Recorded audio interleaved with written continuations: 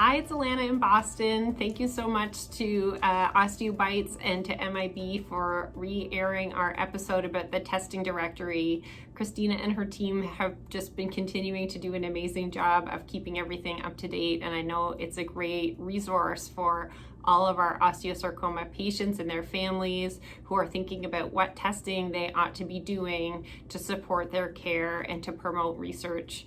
I'm also happy to announce that I've gotten involved with MIB and with the Count Me In project. So we're, well positioned to keep learning more, and we'll hopefully be adding more tests and more resources for everyone over the next few years. Thank you so much. Hi, I'm Christina, mom to Osteo Angel Dylan. Thank you so much for making time today to learn about the MIB Testing and Research Directory. It's a resource for patients, families, and care teams to learn more about the different types of tests that can help inform a personal treatment plan. And for all the non-scientists, all those terms like WGS, WES, RNA sequencing can be really confusing. So there's a reference guide and overview that explains all those different terms and what type of info they can provide. There's also a list of institutions and private labs that offer all these different types of tests. And if you're just interested in helping move osteosarcoma research forward, there's also a list of institutions and studies where you can contribute information and or samples. So I hope you find the MIB Testing and Research Directory helpful in strategizing your treatment plan. And thanks for joining us. Welcome to Osteobites. It's, I hope you have your snacks. It's almost summer, so my chocolate has some coconut deliciousness. Oh my God, I have the same. So good, right? Yes. Yeah. Yes, Christina. I am proud today to have joining us Dr. Alanna Church. She is the Associate Director of the Laboratory for Molecular Pediatric Pathology at Boston Children's Hospital, and she's also an instructor at Harvard Medical School. Christina Ip-Toma is here. She is MIB Agents Testing and Research Directory Lead and mom to OsteoWarrior Dylan, cutest kid ever. Also, as usual, we have our panelist, Amanda Levine, patient advocate, OsteoWarrior, and Facebook group manager, and Maeve Smart, who's an OsteoWarrior. She's a junior board member at MIB Agents and a pre-med student at Northeastern.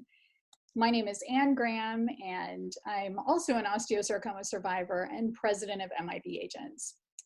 MIB Agents makes it better, MIB, for kids with osteosarcoma.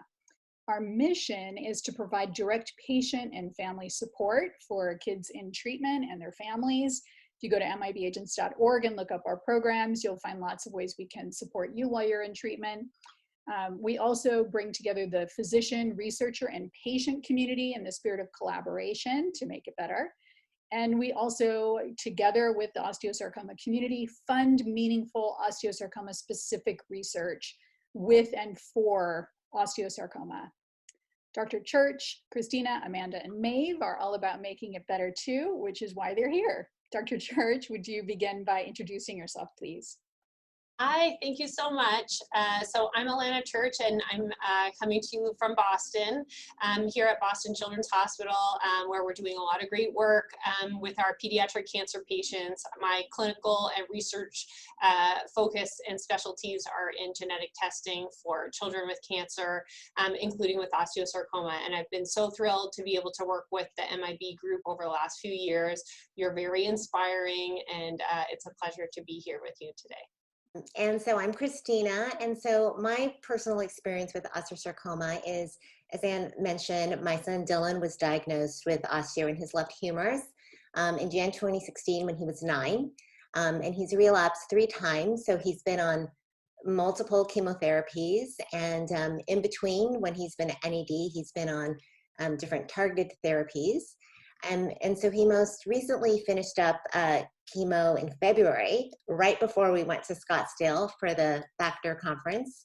So that was fitting closure. And he's currently on a targeted therapy now, and knock on wood, NED. And so testing has been really helpful for us as we've been kind of navigating this journey and just trying to find potentially effective therapies for him. So super happy and honored to be here. Thanks. Hi, my name is Maeve. I'm a two-time osteosarcoma survivor, and I was diagnosed in 2011 and 2014. I'm now 6 years no evidence disease. I'm going into my 4th year at Northeastern, and I'm a member of the junior board at MIB.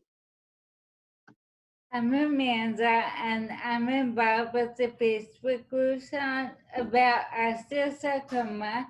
And I was diagnosed in 1987, and then I've had it formed me as a person who I am. So when I was diagnosed with breast cancer in 2010, I had that fight in me, and I have been advocating for OS since then. In 2018, I was diagnosed with ALS, which I'm living with, and OS is still at the forefront of my fight. So, and Anne, I thank you again and again for allowing me to be a part of the Osteobites sessions. Right, so let's go ahead and jump in. So Dr. Church and I will be giving an overview of the testing and research directory today. And as I mentioned, my personal experience with this is from a parent perspective. It's kind of a process that I've been through, that I continue to go through, and we're super fortunate to have Dr. Church here to provide scientific expertise. So with that, we'll go ahead and jump in. So the MIB testing and research directory really addresses two types of tests. The first type are tests that can help inform a personal treatment plan. And then the second are studies that won't necessarily return personal results, but will just help advance general osteosarcoma research. And the idea for this actually really grew out of the 2019 Factor Conference, where we kind of realized there were a couple of unmet needs. One was just to give patients and families a resource to kind of figure out and navigate kind of the different testing options that were available. And then secondly, we kind of realized there was this community of doctors and researchers who needed sample to help move their research forward. And then there was this whole community of osteosarcoma patients and families who really wanted to contribute to that, but they weren't really sure how to find each other. So the goal was also to try to kind of connect those two groups. So we'll cover those two things. And the first part, where we're talking about informing a personal treatment plan, a really great thing to do is come up with a test plan. And that can really help you plot out a strategy to gain insight on what treatments might be most effective for your specific tumor. And so the first step in that test plan is to really discuss testing options with your doctor. The second step is then to ask questions along the way. And that can be questions of your oncologist, but also questions of the test provider that you're thinking about working with, or the principal investigator of the study that you're thinking about participating in. And then most of these tests do require tumor tissue, and that can be a limited commodity. And so it's really important to really prioritize tissue allocation, because likely you'll have a long list of tests that you're interested in doing, but maybe not enough tissue to go around. So it's important to prioritize that. And then I'm going to just go through a couple more steps, and we'll circle back to that. So Dr. Church can maybe add some more around that, because she's been really instrumental in improving communication in that area around tissue allocation. And then likewise, prioritizing a list of drugs is really important, because for the same reason, limited tissue. So you might have not enough tissue to test all the drugs that you want. And also because it can be kind of costly to test drugs. So it might be kind of cost prohibitive to test a super long list of drugs. So you'll want to kind of prioritize that list as well. And then just to kind of repeat this, anytime there's a relapse or resection, the tumor profile can mutate over time. So it's really helpful to have the most recent sample to test with. And an overarching principle as you're kind of going through this whole process is to really focus on test results that will give you actionable results. So just as an example, there might be some preclinical study that you read about some drug that sounds interesting or promising. But if it's not something that your oncologist would ever feel comfortable prescribing, then, if you're working on prioritizing your list of drugs, maybe that drug isn't at the top of your priorities. So for example, we worked really closely with Dylan's oncologist to kind of agree on a mutual set of criteria for something that she would be comfortable prescribing. So for example, something that's FDA approved, something that has safety and dosing data that's been published. So it's been tested in pediatrics, ideally something that's been tested in osteosarcoma. And so just kind of agreeing on that, criteria of drugs that she would be comfortable prescribing just helps set us up for when we actually get our test results, we know it's something that we can act on. And so the testing and research directory really focuses on helping with these first two steps in the process. So it's meant to kind of inform that discussion around what the different testing options are, and then also help you think about questions along the way. And then Dr. Church, do you want to maybe add some more color around the tissue allocation? Sure. So I'm a pathologist, and pathologists are sort of part of your medical team that are behind the scenes. So we work in the lab, and tissue allocation is, an important part of our work. And it becomes really important for patients and families, as you're navigating through cancer treatment, in getting the kind of testing done that you want to do to sort of help you create a personalized plan. We've been doing a lot of work here in Boston at communicating well with one another. So just as Christina described, communicating with her oncologist, and the oncologists communicate with us about what the patients want, and if they're have been consented to different studies. And all of that is really important in getting the tissue to all the different places that it needs to go. And we also need to, of course, make sure that there's tissue and pathology that we need to do the evaluation to make the patient's diagnosis and to do a great job of that, which is our top priority. So we continue to sort of work on those workflows to get the tissue to all the places it needs to go. And one of the issues that's particularly important for osteosarcoma patients and families is, making sure that the tissue hasn't been treated with a strong acid, which sometimes is used in the lab to dissolve the bone matrix, which also will then sort of destroy the DNA and RNA that you would need to do the genetic testing down the road. So that's another thing that we're working on, and there are new agents out there that help us to do the decalcification, but also to keep the DNA and RNA in good shape so that you can get all of the testing done that you want to do. Awesome.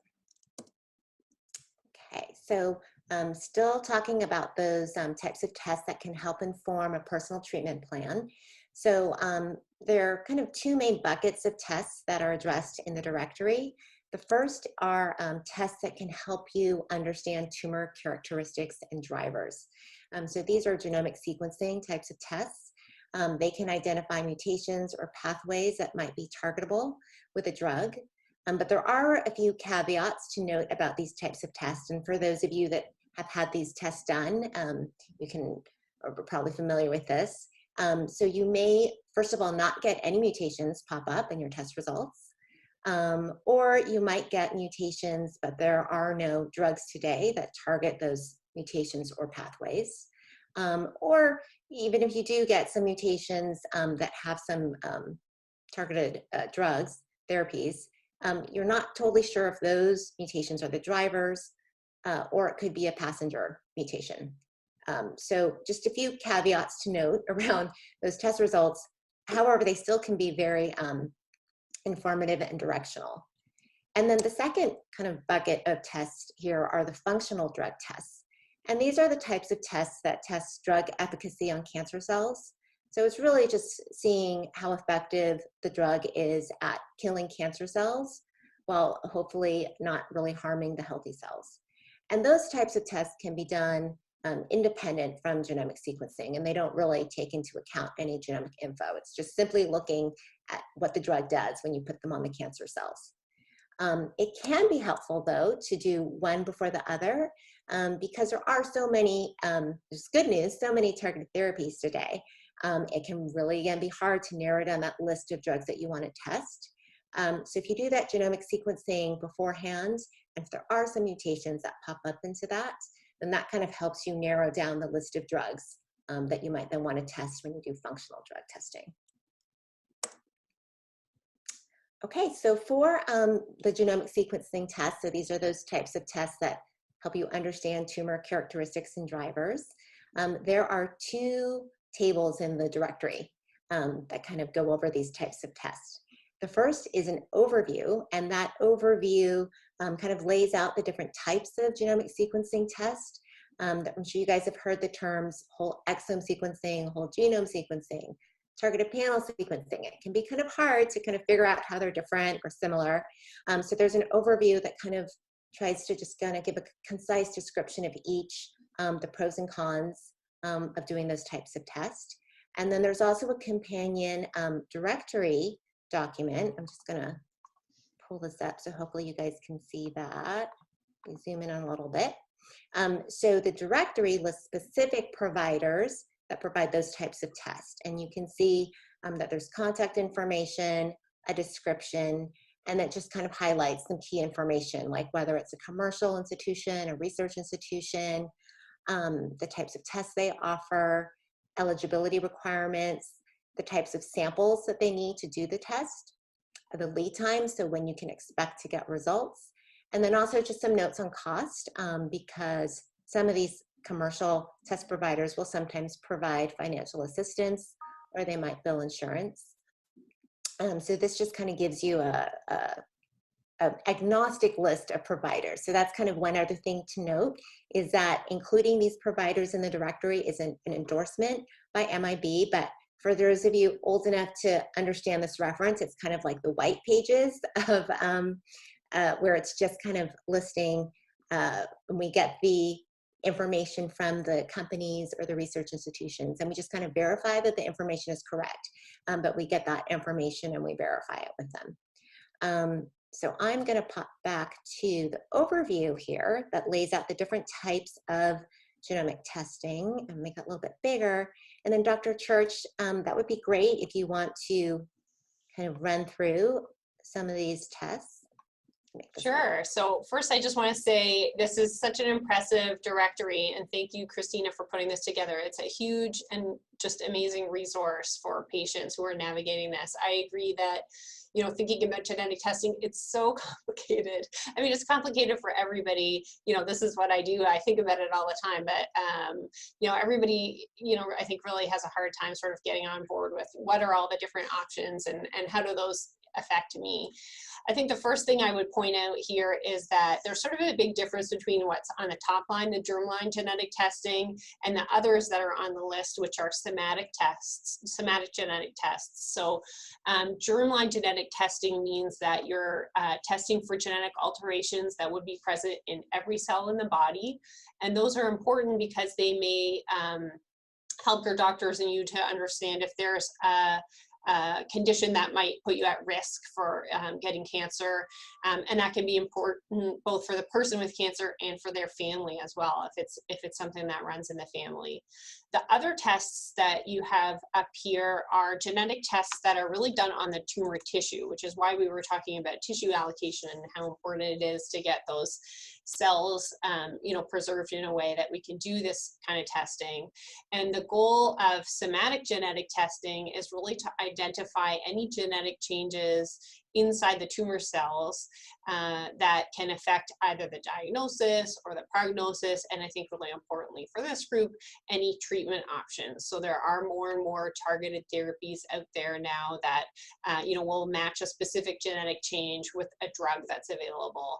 And if you're able to find something like that, obviously that's a great, you know, can be a great option for some of our cancer patients.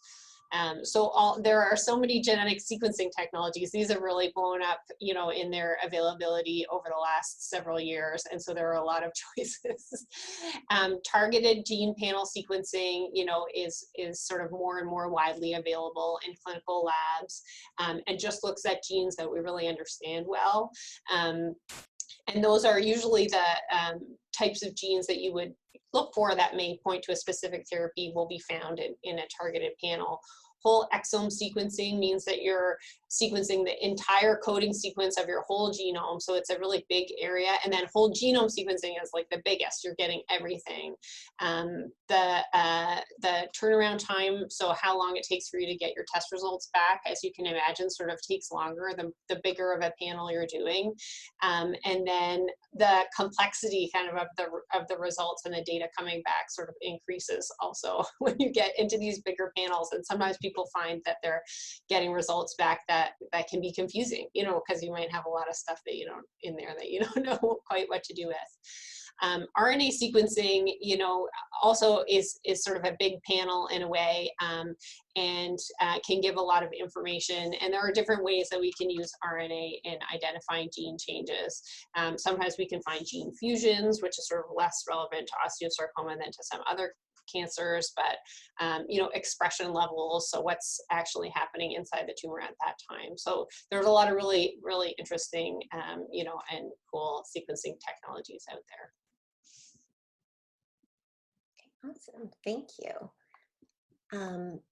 Also, I should note too, in the directory, in here, there are a bunch of different, sorry, let me make sure you can see my whole screen here. There are some providers in here that aren't in the directory, but a lot of hospitals will have their own targeted gene panel. And so we included the ones in the directory where we could, you know, actually get in touch with someone to verify that information. So this is by no means an all-inclusive list, but for example, Memorial Sloan Kettering has their impact study, which isn't listed here just because we weren't able to verify with someone in person, but I'm sure if you were a patient there, they would recommend that test, for example. Or UCSF has their 500 panel. Dylan, for example, is at Stanford, and they have a panel at the adult cancer hospital, but they don't have a pediatric specific panel. So our hospital tends to, if a patient is interested, we'll send out to Foundation One. It's kind of usually the testing provider of choice. Okay, so that was the overview and directory for the genomic sequencing. And then likewise, there's also an overview and directory for functional drug testing. So again, these are those tests that simply just test how well a drug does on killing cancer cells. And you can see here, actually, let me pop this up so you can see this a little bit bigger. So this is the overview for the drug testing. And you can see, like Dr. Church mentioned, like the genomic sequencing test world has become really mature and developed, so there are a lot more options. The drug testing, just based on my personal experience, is not as well developed. There's 3 different test types here that are noted. There's drug testing in PDX mouse models. There are patient-derived organoids. There are some commercial institutions doing that, but I think they're still in their early development stages. And there is ex vivo drug sensitivity testing. And for those of you that have attended Factor conferences in the past, I know Dr. Lohse down at University of Miami, she's doing that type of drug sensitivity testing. So not as many options, but there still are some kind of interesting things that you can do. And likewise, there is a companion directory here that does, again, list specific providers. And you can see the setup is really similar to the directory for the genomic sequencing tests.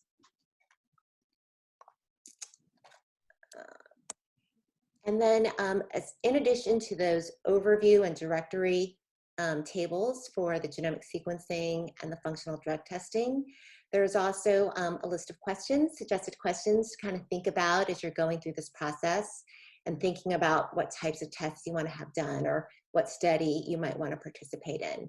And it covers everything from what types of samples are required for different types of tests to who's going to have access to my data, who's going to own the data, stuff that you might not be thinking of when you're have a lot of other priorities that you're thinking about addressing. So this is kind of meant to help you kind of think through that process. And just kind of a personal story on how this is helpful. Early on in Dylan's treatment, we were able to send some tissue to a commercial test provider to do drug testing on PDX mouse models. And it's actually been super helpful. And to be honest, it's probably the most actionable data that we've gotten during his whole treatment history. However, when he relapsed a year later, we wanted to do some additional testing, and we didn't have enough viable tissue from that most recent resection. So we wanted to revisit the tissue from his earlier resection and see if we could get that sent to a few other places to get tested. And in trying to do that, we realized that, oh, actually the test lab that we had sent our tissue to now owned that tissue. And so we couldn't really direct where they could send it, and it made it pretty impossible for them to send it to any other institution for us. So it's just kind of an example of something that we wish we had kind of thought about and known about earlier. But at the time we were just rushed in trying to get this done, and we didn't really kind of ask those questions. So this is just kind of meant to help you think about those questions in advance and during, because it would have been nice to know that kind of beforehand going in. Okay, so that kind of addresses all the tests that inform a personal treatment plan. And then one of the other goals of this testing and research directory was to connect patients and researchers. So, you know, on one hand, you have these researchers who need data and samples to be able to conduct research in their labs. And then you do have this community of patients and families who really want to help advance that research, but they have a hard time kind of figuring out how to get a hold of each other, because it's a really rare disease, right? So it's hard to get samples, and it's confusing for patients and families to figure out, where do I send my stuff? So the goal was to kind of bridge that gap with a general research directory. So this looks really similar to the other directories that you saw, but this just includes studies that will advance general research, and they won't really return any personal results. But a couple of things that I wanted to highlight here are the Osteosarcoma project. And I know actually, Dr. Church, I think you've been working on that too, so feel free to add anything around that. But this is the Count Me In project. And also for those of you who were at the Factor conference in February, hopefully you got a chance to meet the amazing team from the Broad. But this is, just to put a plug in for this, it's super fast registration. I think it took like 10 or 15 minutes to go through the registration process, which basically gives them permission to access your medical records and get your pathology reports and SCAM reports. And they do all the heavy lifting to get all that information to hopefully then build a big database where we can start to see some patterns.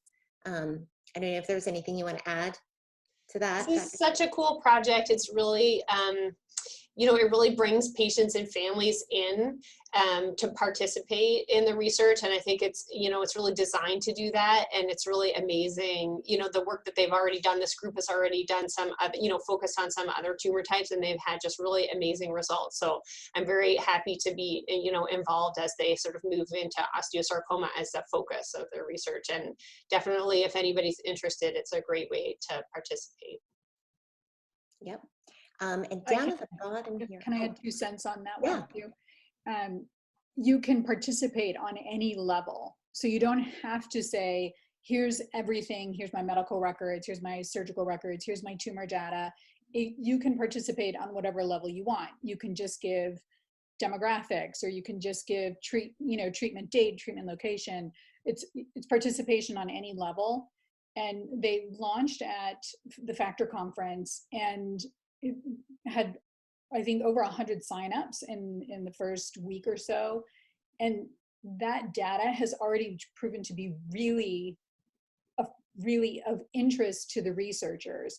So how many times have we said we really wish there was more research for osteosarcoma? This is the way to participate in research without spending a dime. You're not having to fund it. You're not having to see it through. You have the power in your own hands to affect change in osteosarcoma with your own information. So please, please, please sign up for the Osteosarcoma project.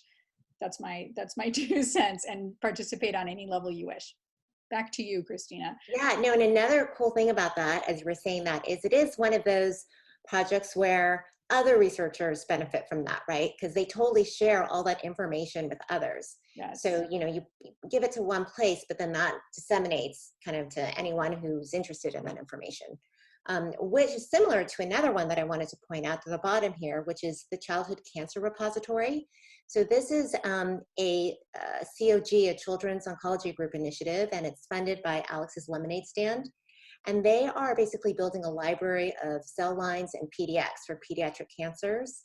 And any credentialed researcher, if they're looking for a cell line or PDX to work with, can contact them and then get a sample sent to them, which is fantastic. I think they said they've already sent samples to over 300 researchers in like 22 countries or something like that. And just to give you an example of the numbers here, this is actually a summary from them, from the Children's Cancer, the Childhood Cancer Repository. As you can see here, they have 560 cell lines that they've collected so far and 100 PDX. But osteosarcoma, there's only one sample of each. So really more samples are needed to fuel research here, and hopefully the osteosarcoma community can help that. Okay, and so doctors and researchers, there's a place on the website, there's a button where if you have a study or you're working on a project and you're looking for samples from osteosarcoma patients, there's a button where you can just fill out a quick form, and then we can get that added to the directory. So again, we can kind of help make that connection. There is also a bunch of links on the website to helpful resources. Most of these are kind of genetic or genomic 101 links. There's also a couple of interesting links though on participating in research, or there's something down here about insurance coverage for genetics testing. So just some helpful links there. And then all of this can be found on the MIB website. And actually, I'm just gonna switch over to the actual website here. Let's see. Okay, so this is the MIB website, and here's that main menu. And if you click on About Osteosarcoma, the Testing and Research Directory is the second one down, and that takes you to this page. And if you scroll down, so this kind of talks about that kind of coming up with a plan that we talk about up front. And there's a link here where it says Ask Questions before participating in a tester study, and that will pop up that PDF that had some of the suggested questions. And then all these big blue buttons at the bottom here, these link to the tables for the overviews and the directories. So here's the one for the tumor characteristics, and likewise the companion directory. And this is the overview for the drug testing and the companion directory. And then here's the link for that table of the general research opportunities. And then the resources below. And then there's also this email here that you could click on to send a message specifically for any questions or submissions for the directory. So if you are familiar with any testing companies or have done any tests and have either questions or a company that you think we should include in the directory, that would be fantastic if you could email us, and then we can definitely look into it and try to get it included.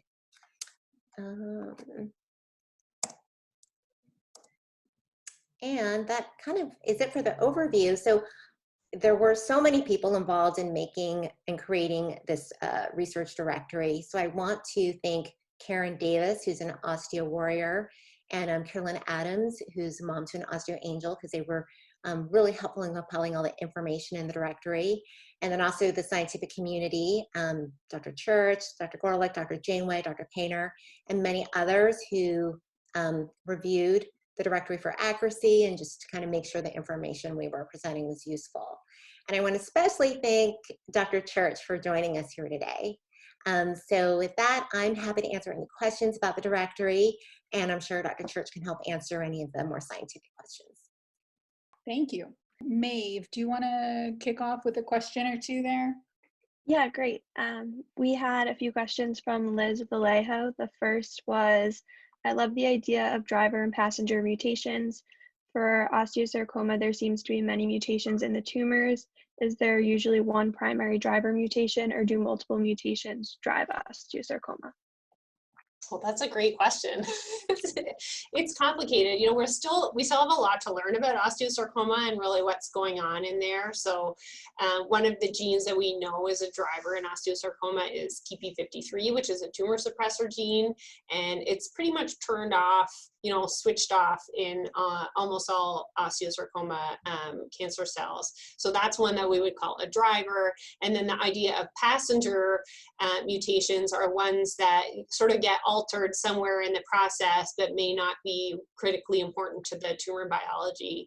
And so we know some of the drivers, and we don't know really that much about what some of the other passengers are. There are a lot of people working on osteosarcoma projects, research projects, sort of using some of the resources that you mentioned in the slides before, trying to understand some of those other alterations that we see, and are they passengers really, or are they really important, and are there ways that we could sort of exploit them being there to design a treatment that would help to kill the cancer cell. So there's still a lot to learn. Great, thank you. Another question was, does expression level of the gene correlate with the amount that it is driving the tumor growth? Oh yeah, that's another great question. So expression, so DNA changes can happen in the cancer cells, and then the RNA expression is one that we can look at with RNA sequencing, and there is a correlation there with sort of the activity of the RNA in that cancer cell, and it's different for different types of genes. So TP53, which is one we know is important in osteosarcoma, is a tumor suppressor gene that gets switched off by a gene mutation or a gene change or a fusion. And so that shows up in your expression data as like a lower expression. And then there are other genes like MIC that are oncogenes, and they get turned on by the alteration. So they get switched on. And so you would see in your RNA sequencing data there, they had more expression than a non-cancer cell would. And then back to your question about passengers and drivers, absolutely, you can kind of think about looking at all these different combinations of data together to try to figure out what are passengers and what are drivers, and which ones are really important to the survival of the cell. And that's what a lot of the research groups are doing now. I know we've heard several times at the Factor conference and in putting together this directory to make sure that the treating institution doesn't put that tumor in acid or formaldehyde. How can you, first of all, it would be great if we all knew that that needed to not happen. But second, how do we make sure that they do that? How do we, anyway, so those are the questions. Not sure how to get that across when you're the patient or when your child's the patient, and you really, those things are important to you. There's so much in there. So let me just try to get to bits, different parts at a time. So your first question, which is about asking for tissue to be distributed to different places, you absolutely can do that. It's important really to communicate well with your oncologist and with the pathology lab, and sooner the better, right? Because it's complicated. So the pathology lab will have their typical workflow that they would tend to do, you know what I mean, if they haven't heard otherwise. And if you want them to sort of make a change in the way that they normally do things, you really need to sort of give them a heads up and give them really specific instructions about what you want to happen. And using this testing directory is a great way to help to think through that, because if you want to have fresh tissue sent off to create a mouse model, that really needs to happen in a timely way, and the lab needs to prepare the tissue, just so that it kind of gets there and the cells are still alive. So that's sort of the most difficult. And then the pushback that you might get from the pathology team, which really is done sort of with the best of interest, is that they want to make sure that they have enough material to make a diagnosis, which of course is really important. So it's, there's sort of a push and pull with all the different things that people want to do with tissue, and which is why it's important to sort of be very thoughtful about the tissue allocation and to be really clear with your requests. And we try to accommodate people as much as we can, but the communication is great. The question about decalcification, I think that one's hard to sort of address kind of on a case-by-case basis, but I think, you could advocate for, sort of use of these newer decalcification agents to different academic labs, at any time. It does take them a bit of time if they haven't had that protocol in the lab. They can't just kind of bring it in, overnight, but many labs are moving in that direction now. But, especially groups that you know, I'm at a children's hospital. We think a lot about osteosarcoma, but other hospitals that aren't, you know what I mean, thinking about it as much, you know, may not sort of feel the big pull to make a change in their protocol that would accommodate this kind of testing. I think it's also very important for people to know that you don't have to be a newly diagnosed person. It could go back for years in order to participate. And we have a question. Can we get tests done by lab and maintain our own ownership of the sample? I mean, owning the sample, yeah, that's a very complicated issue, and it really depends. There are a lot of different groups that are listed, you know, that Christina showed us, and they probably all have a different policy about kind of how they handle things. You know, I can say for our group, when we, you know, we have a very active research community here. So we, you know, if there's enough tissue available, we'll allocate some cells to research projects like PDXs that sort of then can get distributed to different researchers. And those become sort of freely available. But it is difficult, especially in that setting, they get de-identified. So there's not a way then for them to sort of, for the patient or the family to kind of like recall it, because nobody knows which one's which. And that's by design, right? It's sort of to preserve the patient's anonymity in the context of a research study. So each different program will have their own way of handling those kind of things. So you really have to ask. Yeah, and I will just add from personal experience, just asking, because as you can imagine, after that experience, I definitely asked that question when we were looking at other test providers. And so some of them said, oh, definitely, you guys still own the tissue. In fact, we will cryopreserve it for you. And I think actually one of the listings that we have in the drug testing directory is a service called Store My Tumor, for example. And I'm sure there are many others like that, but they specifically do cryopreservation so that you could maybe have your tumor sent there, you own it, and then you can kind of direct them to send it wherever you want. That's kind of one way to handle it, where you're kind of paying to have it held somewhere, and then you can kind of direct where it goes. But I have also talked to other companies where, you know, I'm like, okay, I'm sending you our tissue for testing, but what happens like if we want to get our hands on that tissue after? And they said, no problem, like we can send it wherever you want to send it. So I think it is and it's just important to ask the question up front. Great, thank you. I have a couple more questions in the chat. For Dr. Church, in a relapse situation, does pathology always need to take tissue?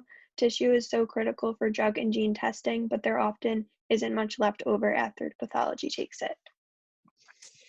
Yeah, that's a great question. You guys have all the best questions.